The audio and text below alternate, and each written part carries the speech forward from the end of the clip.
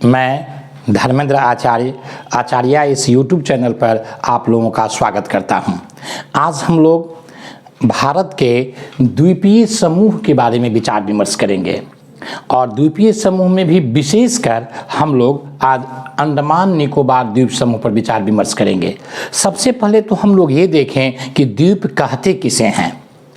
अगर द्वीप कहते किसे हैं इस पर विचार विमर्श करें तो जलमंडल से घिरा हुआ द्वीप एक स्थलखंड होता है। वैसा स्थलखंड जिसके चारों ओर जल हो उसे द्वीप कहते हैं। तो जलमंडल से घिरे हुए क्षेत्र को स्थलखंड को द्वीप कहा जाता है, जो महाद्वीप से छोटा होता है। निश्चित रूप से वह महाद्वीप से छोटा होगा। जैसे अफ्रीका महाद्वीप, जैसे ऑस्ट्रेलिया की बात करें या दक्षिणी अमेरिका या उत्तरी अमेरिका, ये सब महाद्वीप हैं। द्वीपों में की बात करें अगर तो विश्व का सबसे बड़ा द्वीप जो है वो ग्रीनलैंड का द्वीप है। और ग्रीनलैंड द्वीप को अगर हम देखें तो इसका क्षेत्रफल लगभग 22 लाख वर्ग किलोमीटर है और इस पर डेनमार्क का नियंत्रण है। दूसरा द्वीप न्यू गिनी द्वीप है जिसका क्षेत्रफल लगभग 8 लाख वर्ग किलोमीटर है। और तीसरा द्वीप बोर्नियो द्वीप है जिसका क्षेत्रफल लगभग 7.5 लाख वर्ग किलोमीटर है। और चौथा द्वीप मेडागास्कर है जिसके बारे में आप लोग जानते होंगे। इसका क्षेत्रफल लगभग 6 लाख वर्ग किलोमीटर है। अब ये जो द्वीप सब हैं, ये खास करके अगर हम देखें कि भारत के द्वीप खंड के बारे में, तो भारत के द्वीप खंड जितने हैं ये लगभग भारत के पास 1300 द्वीप और टापू हैं। और ये 1300 द्वीप मुख्य रूप से अंडमान निकोबार वाले क्षेत्र में, अर्थात हम देखते हैं कि बंगाल की खाड़ी में और अरब सागर वाले क्षेत्र में अवस्थित हैं। इसमें जो बंगाल के खाड़ी वाले क्षेत्र में अवस्थित हैं उन द्वीपों को अंडमान निकोबार द्वीप समूह के अंतर्गत रखा गया है और जो अरब सागर वाले क्षेत्र में अवस्थित हैं उसे लक्षद्वीप के अंतर्गत रखा गया है। तो कुल मिलाकर के हम देखते हैं इन 1300 द्वीपों में बंगाल की खाड़ी में लगभग 572 द्वीप अवस्थित हैं और उन द्वीपों में से 36 द्वीप ऐसे हैं जिसमें लोग निवास करते हैं, यानी वहाँ पर आबादी है।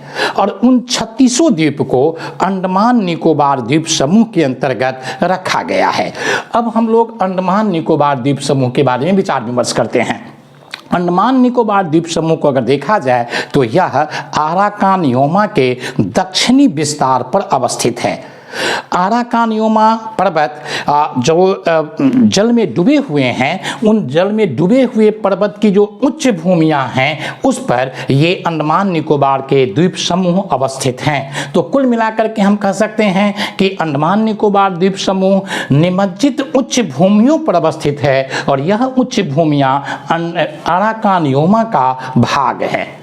अगर देखा जाए तो यहाँ पर कुछ द्वीप ज्वालामुखीय द्वीप है, जिसमें सबसे महत्वपूर्ण ज्वालामुखीय द्वीप जो है वह बैरन द्वीप है, जो हम अब लोग अभी देखेंगे, जो पोर्ट ब्लेयर से लगभग 135 किलोमीटर उत्तर और पूरब की ओर अंडमान सागर में है। और यह सक्रिय ज्वालामुखी का उदाहरण है और भारत में एकमात्र सक्रिय ज्वालामुखी है, उसका नाम है बैरन द्वीप। और दूसरा नारकुंदम द्वीप है, तो ज्वालामुखी का उदाहरण है और ये भारत के 2 ज्वालामुखीय द्वीप हैं। इन द्वीपों के निर्माण के बारे में देखें तो भारतीय प्लेट एवं बर्मी प्लेट अर्थात म्यांमार के प्लेट जब एक दूसरे से के अभिसरण में आए, एक दूसरे से टकराए या नज़दीक आए, तो उससे इस द्वीप समूह का निर्माण हुआ। अर्थात इस बलित पर्वत जो आराकानयोमा है उसका निर्माण हुआ और उस निर्माण के परिणाम स्वरूप हम देखते हैं कि इन द्वीपों का निर्माण हुआ। और इस द्वीप में मुख्य रूप से चूना पत्थर और बलुआ पत्थर से बना हुआ यह द्वीप है। तो बलुआ पत्थर और चूना पत्थर से बना हुआ यह द्वीप और भारतीय प्लेट और म्यांमार के प्लेट के अभिसरण से इसका निर्माण हुआ है। अंडमान निकोबार द्वीप समूह के अगर हम अक्षांशीय स्थिति को देखें तो 6 डिग्री 45 मिनट उत्तरी अक्षांश से लगभग 14 डिग्री उत्तरी अक्षांश तक इसका फैलाव है। और देशांतरीय स्थिति को देखें तो यह लगभग 92 डिग्री पूर्वी देशांतर से 94 डिग्री पूर्वी देशांतर तक अंडमान निकोबार का फैलाव है। अगर लंबाई और चौड़ाई के दृष्टिकोण से देखा जाए तो अंडमान निकोबार द्वीप की लंबाई लगभग 590 किलोमीटर और चौड़ाई इसकी लगभग 98 किलोमीटर है और इसके क्षेत्रफल को देखें तो लगभग 8250 वर्ग किलोमीटर में अंडमान निकोबार द्वीप समूह फैला हुआ है। अंडमान निकोबार के द्वीप समूह को अगर हम मैप में देखें तो यह एक चाँप की आकृति का, यहाँ से यहाँ तक आप देखें तो यह एक चाँप बनाता हुआ आपको दिखेगा। तो इसकी आकृति चाँप की आकृति है, इसीलिए इसे चाँपीय द्वीप भी कहा जाता है। तो कुल मिलाकर के अब यहाँ की जलवायु हम देखें तो अंडमान निकोबार की जलवायु विषुवत रेखीय जलवायु है, क्योंकि अंडमान निकोबार की शुरुआत जो सबसे दक्षिणतम पॉइंट है वह 6 डिग्री 45 मिनट उत्तरी अक्षांश से प्रारंभ होता है, अर्थात विषुवत रेखा से महज 650 किलोमीटर दूर पर यह अंडमान निकोबार की शुरुआत हो जाती है। तो यहाँ की जलवायु विषुवत रेखीय जलवायु है। विषुवतीय जलवायु जहाँ होते हैं वहाँ पर बहुत वर्षा होती है, जहाँ पर बहुत वर्षा होगी वहाँ पर विविध प्रकार की वनस्पतियाँ होंगी और वहाँ पर विभिन्न प्रकार के जीव जंतु पाए जाएंगे। तो अंडमान निकोबार में विभिन्न प्रकार के जीव जंतु हैं, 242 प्रकार के तो केवल पक्षी ही हैं और कई प्रकार की वनस्पतियां हैं। अतः यहाँ पर कई वन्य जीव अभयारण्य हैं। जैसे अगर देखें तो एक जैव आरक्षित क्षेत्र है, 9 राष्ट्रीय पार्क हैं और 96 वन्य जीव अभयारण्य हैं। अंडमान निकोबार को अगर हम द्वीप में बांट करके देखें तो लगभग यहाँ पर अंडमान निकोबार में 222 द्वीप हैं, जिसमें अंडमान में ही 204 द्वीप हैं और निकोबार में लगभग 18 द्वीप हैं। तो इन को अगर देखा जाए तो 204 द्वीप अंडमान में और 18 द्वीप निकोबार क्षेत्र में पड़ते हैं और अंडमान निकोबार के बीच में 10 डिग्री, यहाँ पर देखें हम कि ये 10 डिग्री चैनल है, 10 डिग्री उत्तरी चैनल, ये अंडमान और निकोबार को अलग करता है। तो 10 डिग्री उत्तरी चैनल का अर्थ क्या हुआ? ये मोटे तौर पर 10 डिग्री का वो अक्षांशीय रेखा है, उत्तरी अक्षांश रेखा है, वो उसी से ये दोनों अलग होता है और इसकी लंबाई चौड़ाई लगभग, इस 10 डिग्री उत्तरी चैनल की चौड़ाई लगभग 150 किलोमीटर है। तो अंडमान और निकोबार के बीच में 10 डिग्री उत्तरी चैनल है और चैनल का अर्थ होता है वैसा जलखंड जो 2 स्थल खंडों को अलग करता है और इसमें पानी की अच्छी खासी गहराई होती है, जिसमें जो नौकायन योग्य होते हैं। तो 10 डिग्री उत्तरी चैनल से यह अलग होता है, यानी 10 डिग्री उत्तरी अक्षांशीय रेखा इसके बीच से गुजरते हैं। अब अगर अंडमान की स्थिति देखें तो यहाँ पर 4 द्वीप हैं। पहला उत्तरी अंडमान, दूसरा मध्य अंडमान, तीसरा दक्षिणी अंडमान और चौथा लिटिल अंडमान। तो 4 द्वीप अंडमान में हैं। इसमें अगर हम देखें तो दक्षिणी अंडमान और लिटिल अंडमान के बीच में एक डंकन पास है। डंकन पास का मतलब दर्रा, तो डंकन पास से ये दोनों अलग होते हैं। तो पहले हम लोग अंडमान को देख लेते हैं। इसमें सबसे पहले उत्तरी अंडमान को देखें तो उत्तरी अंडमान एक पर्वतीय क्षेत्र है और पूरे अंडमान निकोबार द्वीप समूह के जो सबसे ऊंची चोटी है सैडल पीक, वो यहाँ पर विद्यमान है। इसके ऊंचाई 738 मीटर है और इसी द्वीप पर साउंड द्वीप और टेबल द्वीप विद्यमान है। ये उत्तरी अंडमान है, इसमें साउंड द्वीप और दूसरा टेबल द्वीप है और इसी में हम देखते हैं सैडल पीक है जिसकी ऊंचाई 738 मीटर है। उत्तरी अंडमान के उत्तर में देखें तो लैंडफॉल द्वीप है, यह भारत का द्वीप है और लैंडफॉल द्वीप के उत्तर में देखें तो यहाँ पर कोको जलमार्ग है और कोको जलमार्ग से ही यह म्यांमार के कोको द्वीप से अलग होता है और कोको द्वीप पर म्यांमार का नियंत्रण है, उसके अंतर्गत है यह, लेकिन यहाँ पर चीन ने अपना वर्चस्व स्थापित कर रखा है और कई प्रकार के टेक्नोलॉजी का उन्होंने यहाँ पर की स्थापना कर रखा है, उनके बेसमेंट बन चुके हैं यहाँ पर। तो इस तरह से हम देखते हैं लैंडफॉल द्वीप उत्तरी अंडमान के उत्तर में अवस्थित है और यह भारत के नियंत्रण में है। तो उत्तरी अंडमान के बाद हम देखते हैं मध्य अंडमान में आए तो ये पूरे अंडमान निकोबार द्वीप में जितने द्वीप हैं उसमें सबसे बड़ा मध्य अंडमान है। मध्य अंडमान की विशेषता एक और है कि यहाँ पर साक्षात्कार इंटरव्यू द्वीप है। तो मध्य अंडमान में हम देखते हैं कि यह सबसे बड़ा, इसकी दो बातें ध्यान रखने योग्य है। पहला कि यह सबसे बड़ा द्वीप है और दूसरा यहाँ पर साक्षात्कार द्वीप है। उसके बाद हम आते हैं दक्षिणी अंडमान, जो सबसे महत्वपूर्ण है क्योंकि इसी अंडमान के इसी भाग में, दक्षिणी अंडमान में ही पूरे अंडमान निकोबार की जो राजधानी है पोर्ट ब्लेयर, वह यहाँ पर अवस्थित है। तो दक्षिणी अंडमान में हम देखते हैं पोर्ट ब्लेयर जो इसकी राजधानी है वह अवस्थित है। और पोर्ट ब्लेयर की विशेषता क्या है, तो यहाँ 1906 ईस्वी में सेल्युलर जेल की स्थापना की गई थी। और ये सेल्युलर जेल की स्थापना अंग्रेजों ने, जो उनके दुश्मन थे अर्थात हमारे नेता थे, स्वतंत्रता सेनानी के जो प्रखर नेता थे, जिन्होंने अंग्रेजों का बड़े स्तर पर विरोध किया, उसको वहां पर काला पानी की सजा देने के लिए इस जेल की स्थापना की थी, जो छोटे छोटे सेल के रूप में इसे बनाया गया था। और यहाँ पर जो काला पानी की सजा भोगने गए थे वो कई सैकड़ा हजारों में लोग थे, और उसमें वीर सावरकर भी एक बड़े नेता थे जो वहाँ पर काला पानी की सजा भोगने गए हुए थे। और इसी सेल्युलर जेल को देखने के लिए नेताजी सुभाष चंद्र बोस 1943 ईस्वी में इस जेल के निरीक्षण किए थे। और इसके अतिरिक्त यहाँ पर और 2-3 बातें हैं। पहली बात ये कि यहीं पर रॉस द्वीप है, जिसको 30 दिसंबर 2018 ईस्वी में नरेंद्र मोदी जो भारत के यशस्वी प्रधानमंत्री हैं, उन्होंने इसका नाम बदल करके नेताजी सुभाष चंद्र बोस द्वीप कर दिया।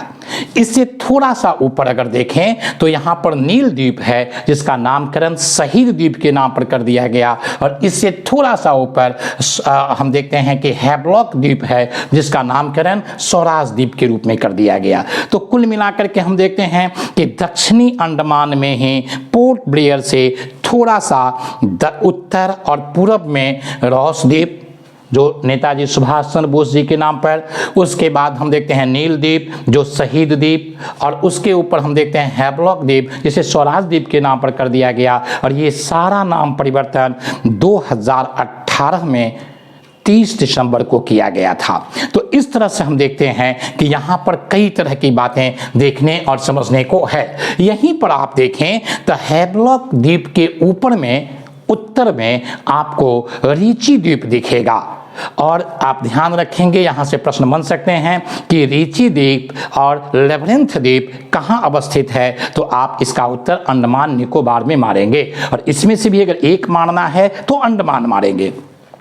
अब हम लोग दक्षिणी अंडमान से अब आगे आ जाते हैं। तो दक्षिणी अंडमान के बाद हम लोग देखते हैं एक और बात। दक्षिणी अंडमान की जो सबसे ऊंची चोटी है उसका नाम है माउंट हैरियट, जो लगभग 400 मीटर ऊंची है। और उसके बाद बैरन द्वीप की चर्चा हम लोग पहले ही कर लिए हैं। ये दक्षिणी अंडमान से बाहर है, अंडमान सागर में है। यहाँ से पोर्ट ब्लेयर से लगभग 135 किलोमीटर उत्तर और पूरब में है।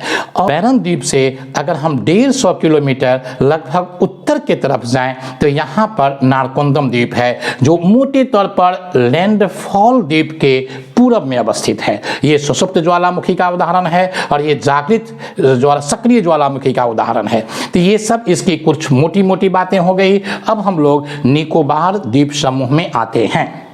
तो निकोबार द्वीप समूह, जिसकी चर्चा हम लोग पीछे कर चुके हैं कि निकोबार द्वीप समूह और अंडमान द्वीप समूह के बीच में 10 डिग्री उत्तरी चैनल विद्यमान है। और निकोबार द्वीप समूह का सबसे उत्तरी भाग जो है वह कार निकोबार है। वह कौन है? कार निकोबार। और कार निकोबार के बाद लिटिल निकोबार, और लिटिल निकोबार के बाद ग्रेट निकोबार। तो ये भी प्रश्न पूछे जा सकते हैं कि निकोबार को उत्तर से दक्षिण के क्रम में अगर बताएं तो ग्रेट निकोबार सबसे दक्षिण में, और सबसे उत्तर में जो है वह कार निकोबार है, और बीच में लिटिल निकोबार है।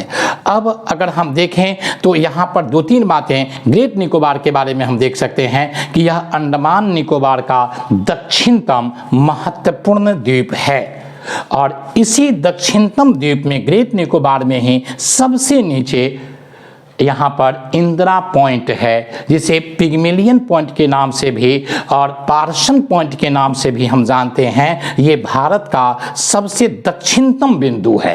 भारत के अगर उत्तरतम बिंदु की बात करें तो इंदिरा कॉल है, जो आपको लद्दाख क्षेत्र में पड़ेंगे और ये लद्दाख क्षेत्र वाला जो भाग है वहाँ पर इंद्राकौल है। सबसे पूर्वी भाग की अगर बात करें तो यहाँ पर किबिथु है जो अरुणाचल प्रदेश में पड़ेंगे और सबसे पश्चिमी भाग की बात करें तो गुहार मोती है जो आपको गुजरात में पड़ेंगे। तो इस तरह से भारत के उत्तरतम बिंदु इंद्राकौल, भारत के दक्षिणतम बिंदु इंदिरा पॉइंट, भारत के पश्चिमतम जो पश्चिम की तरफ सबसे पश्चिम बिंदु है वह गुहार मोती और सबसे पूर्वी भाग को अगर की बात करें बिंदु की बात करें तो किबिथु है। अब हम लोग देखते हैं कि यहाँ पर एक बांडूर समुद्री जैव आरक्षित क्षेत्र है। ये बांडूर समुद्री जैव आरक्षित क्षेत्र मुख्य रूप से ग्रेट निकोबार और दक्षिणी अंडमान में अवस्थित है। इस समुद्री जैव आरक्षित क्षेत्र की विशेषता है कि यहाँ एक विशेष प्रकार के केकड़े पाए जाते हैं जिनका नाम है जायंट रबर केकड़ा। ये जायंट रबर केकड़ा जो है इनके पंजे काफ़ी मजबूत होते हैं और ये नारियल के वृक्ष पर आसानी से चढ़ जाते हैं और नारियल के खोपड़े को तोड़ करके उसके भीतर के फल को खा सकते हैं। तो इतने मजबूत पंजे वाले ये केकड़ा होते हैं। अगर हम यहाँ देखें तो अंडमान निकोबार का सबसे दक्षिण में जो महत्वपूर्ण चोटी है जो पीक है वो ग्रेट निकोबार में ही अवस्थित है। उसका नाम है माउंट थूलियर और माउंट थूलियर की जो ऊंचाई है वो 642 मीटर है। तो इस तरह से हम देखते हैं ग्रेट निकोबार की ये सब कुछ महत्वपूर्ण विशेषताएं हो गई।